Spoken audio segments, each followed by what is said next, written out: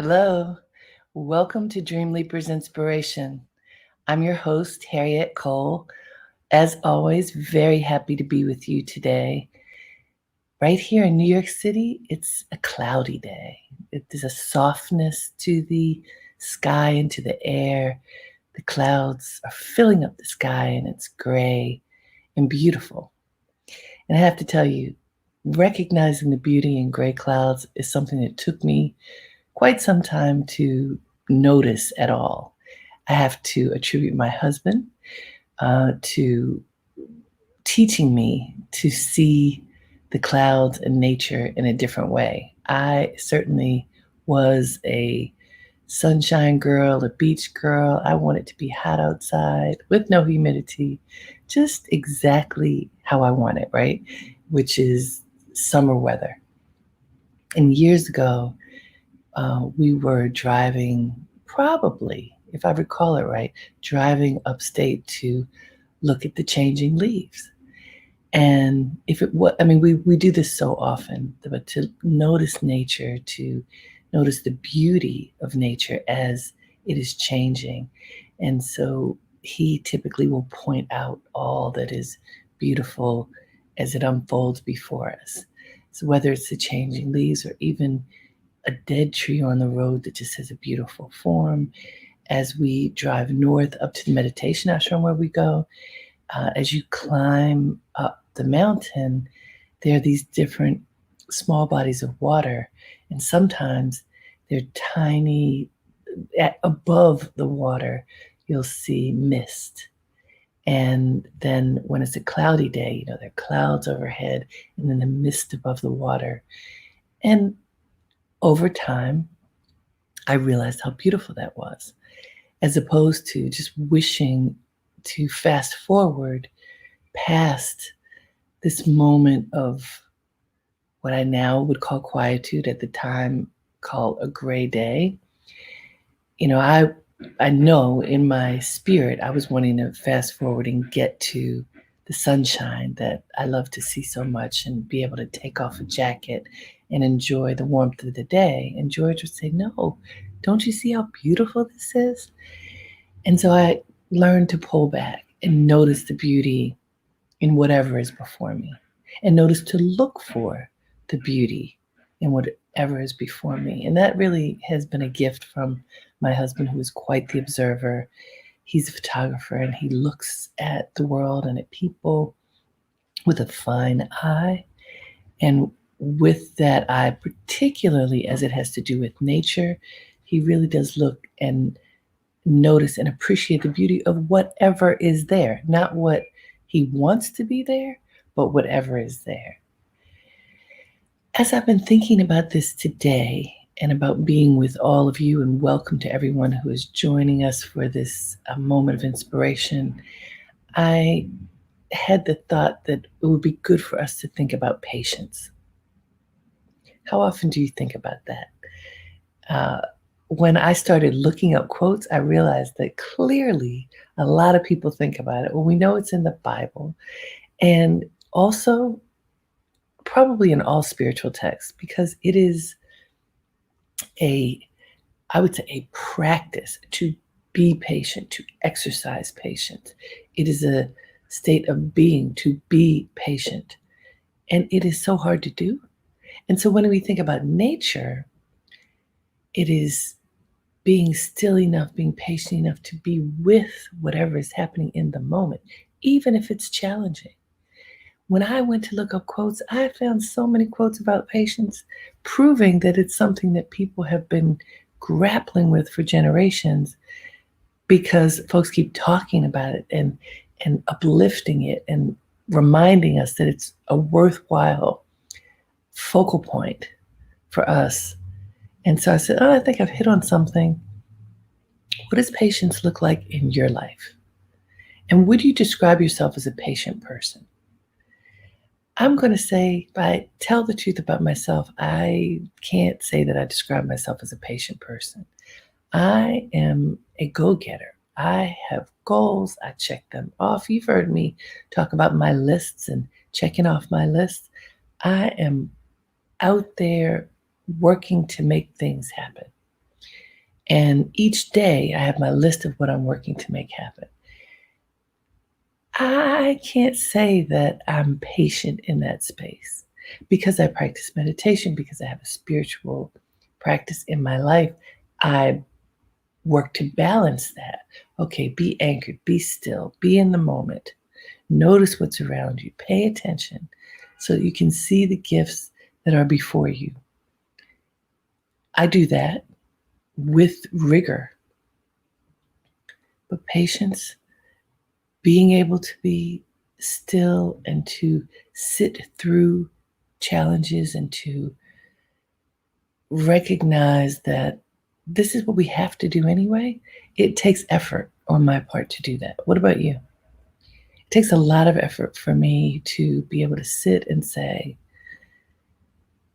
I know I just have to be with this. That sense of this too shall pass. I can't run around it. I can't circumvent a challenge that might be before me. I know that philosophically, but it takes tremendous effort to stop, to pause, to be with whatever the experience is when part of me says, well, can I just figure out how to move past whatever it is?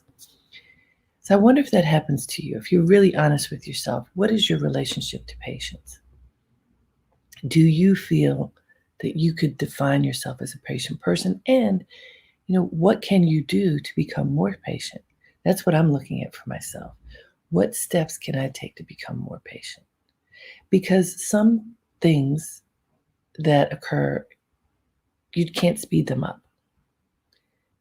Some challenges that you face, you can't speed up. So let's talk about the challenge in which we are living right now, the challenge of the pandemic, the health pandemic, the COVID-19 pandemic. We are in the space of an upsurge across the country, in part because people are tired of being at home. There's so many layers to that. So there is, if you're able to work, like I am blessed to do in this way, using video conferencing, still, I don't want to be at home every day. I'm accustomed to being out and about and being very active. So the patience of remaining at home is difficult for some people, and many people aren't winning. As our cities and towns and states are opening up, a lot of people have just gone out just to be with friends, to be in congregations of folks that are just too close. And they're not exercising patience, and they're kind of throwing caution to the wind. And then what's happening? You know what's happening. People are getting sick all over again. We need to exercise patience right now so that we can take care of ourselves and our loved ones. We need to be able to follow protocols that help to protect us so that we can be here whole and healthy in the coming months and years. Patience. But I'm telling you, I've listened to some of the medical experts talk about the fact that, look, people are ready to be out and about, and once they got just a glimpse of a go-ahead, you can go out, they were off to the races. That's not being patient, and that's not being wise. Patience requires being still, observing the terrain, determining what your next step should be, using your conscious mind and your understanding of you, your life, the lives of those around you. What are the smartest steps that you can take moving forward? You get to figure that out when you get still and when you're patient enough to take the time to notice what's going on in your world and what it calls for. Patience helps you to see, and when we act rashly, impulsively, when we are just frustrated and just want to do whatever it is that we want to do, patience does not fit into that equation, and therefore we often make decisions that don't serve us very well. Does this make sense to you? I say this as a person who I do not describe myself certainly as being as patient as I want to be. Now, I was talking to my daughter the other day. She's 16, and she'd asked me to do something with her. And I got distracted. And then it was getting late and it was time to do it. And I was testy. Come on, can't we do this right now? And she looked at me and she said, Mommy, you agreed to do this. Why are you acting like that now? And thank goodness her question, which was an honest, open reality check question, checked me. I had let my patience go. I was irritable, having nothing to do with her. It had to do with something else. But I was not being fully present with her. I was mentally and emotionally dealing with something different. And I had impatience because she needed me focused there. I wanted to deal with this other issue that had come up. And so I was impatient. And the impatience affected her. Why do I share that? Because our impatience does affect other people.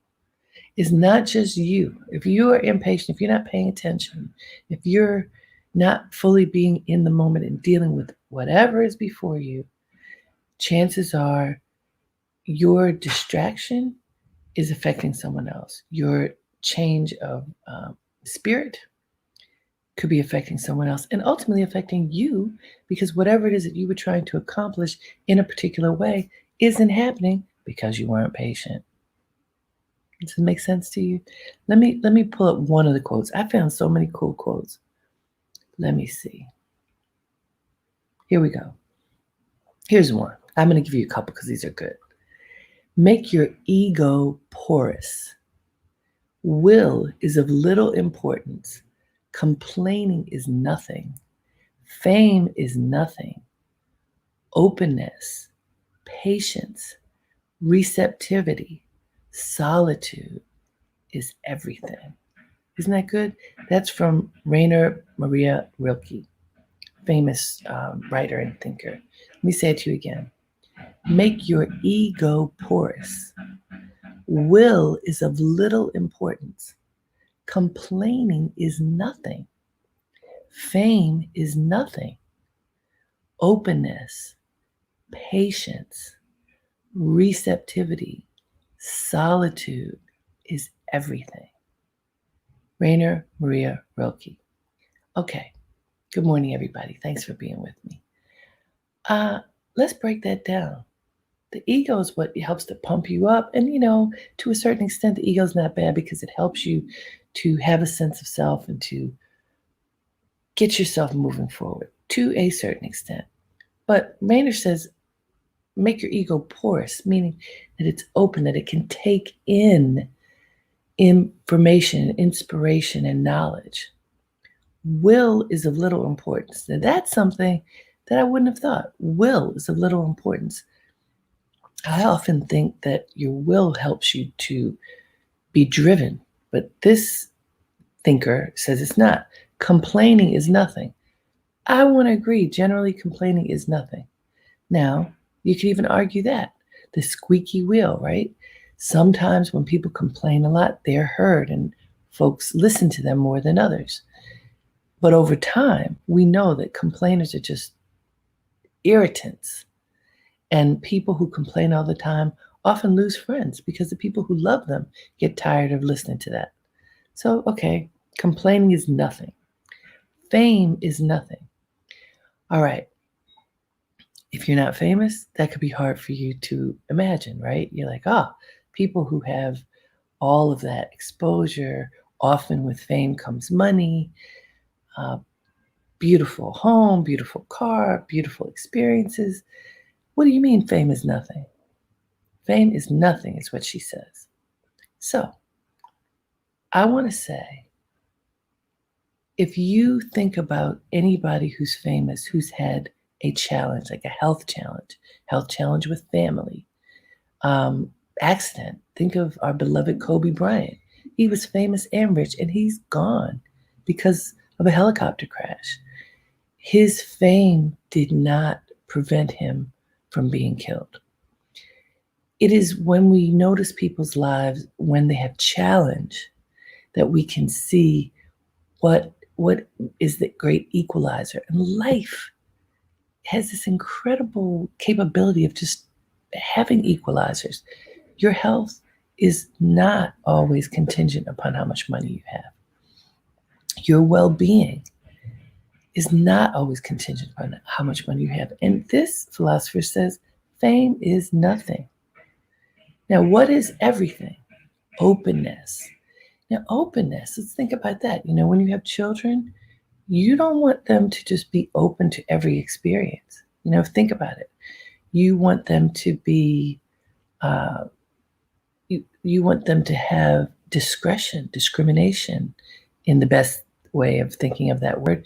You want them to look with a finely tuned lens to make the decision for what they're going to do next. So openness does not mean, I'll go for anything. It means the best kind of openness is being still and having your eyes open and your spirit aware so that you can notice what is before you, and you can notice what choices are the best choices for you to make. Openness doesn't mean just go for everything. It means being open to noticing what is before you. Patience. This is what we're talking about today. Patience requires being still, having faith, recognizing that you may not get what you want or need in the moment, but if you just hold on and trust that in time it will come, not passively, not just, I'm going to sit back and wait. I'll wait my turn, and with the sort of resignation, not that. Patience can be active and strong.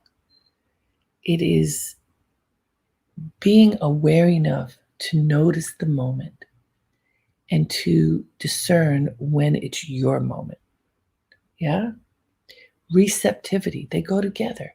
Being receptive to the information around you and noticing, what is it telling you? What are the messages? Are you receptive? If you think of like the antenna on a television, for those of you who remember that, or the Wi-Fi being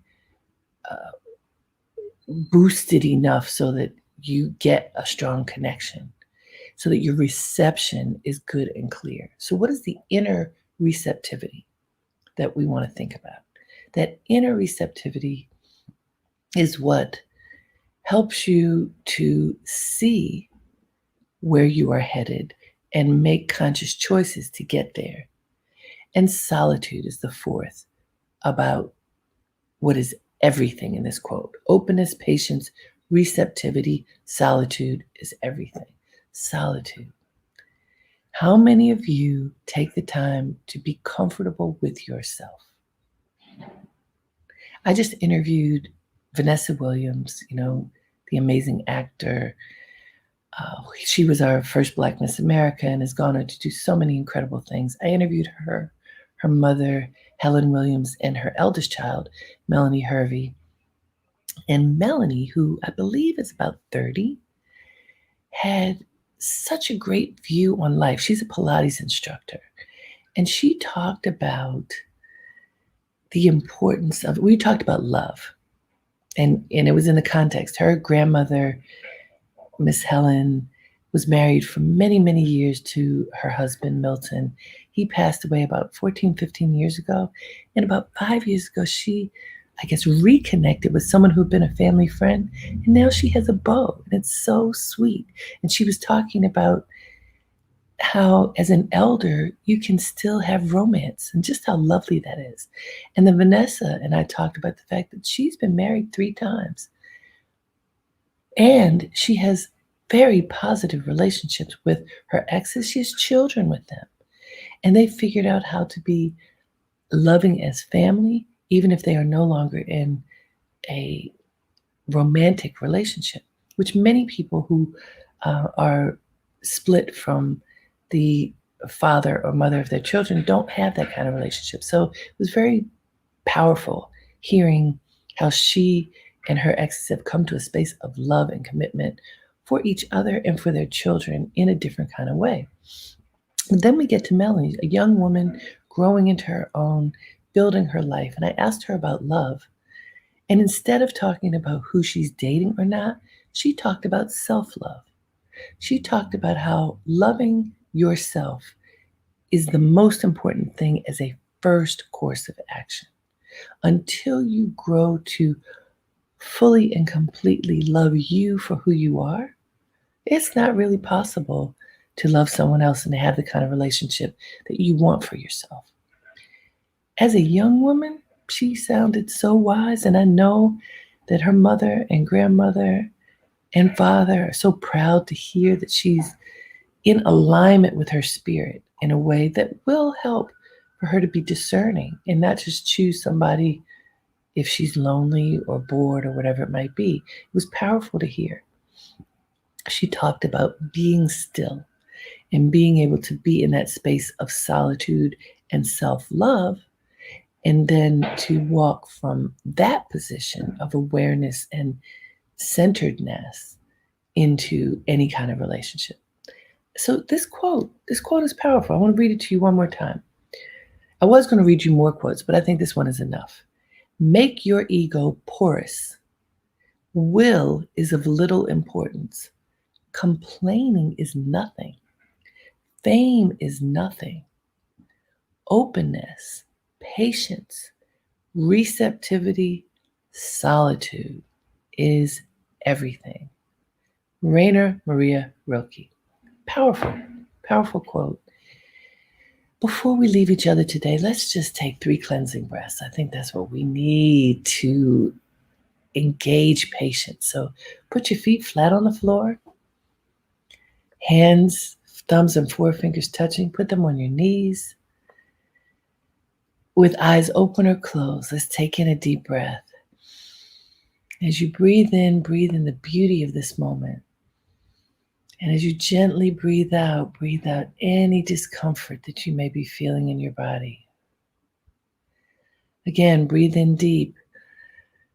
Breathe in the patience that you need to be fully present. As you exhale, breathe out any agitation that may keep you from being still. Once again, breathe in deep.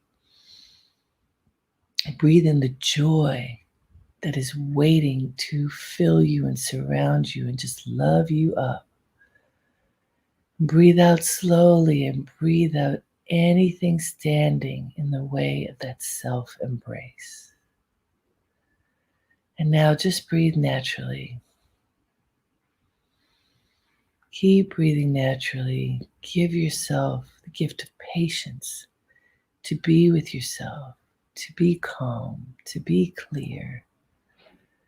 Follow the breath as it naturally goes in and out of your being. Invite the breath to bring you into the space of patience that helps you to see better and feel better and know yourself better. Breathe in patience, breathe out patience. Breathe in patience, breathe out patience. Breathe in patience, breathe out patience. Feel the tingle of the breath moving through your body, inviting patience to inhabit your being. Invite yourself to be in the space of patience all day long. And now very gently open your eyes. Didn't that feel good? Yeah. Practice patience today. And if you would, go to the Facebook group that I created just for us. It's called Dreamleapers Inspiration. It's a Facebook group. You can join it and share what is coming up for you in the realm of patience. What would you like to let other people know about patience that you're practicing today, that you're thinking about? What stands in the way of you in patience? Let's talk to each other on the Dreamleapers Inspiration Facebook group page. So until next time, everyone, thank you so much for being with me. Have a great day and make it count. Namaste.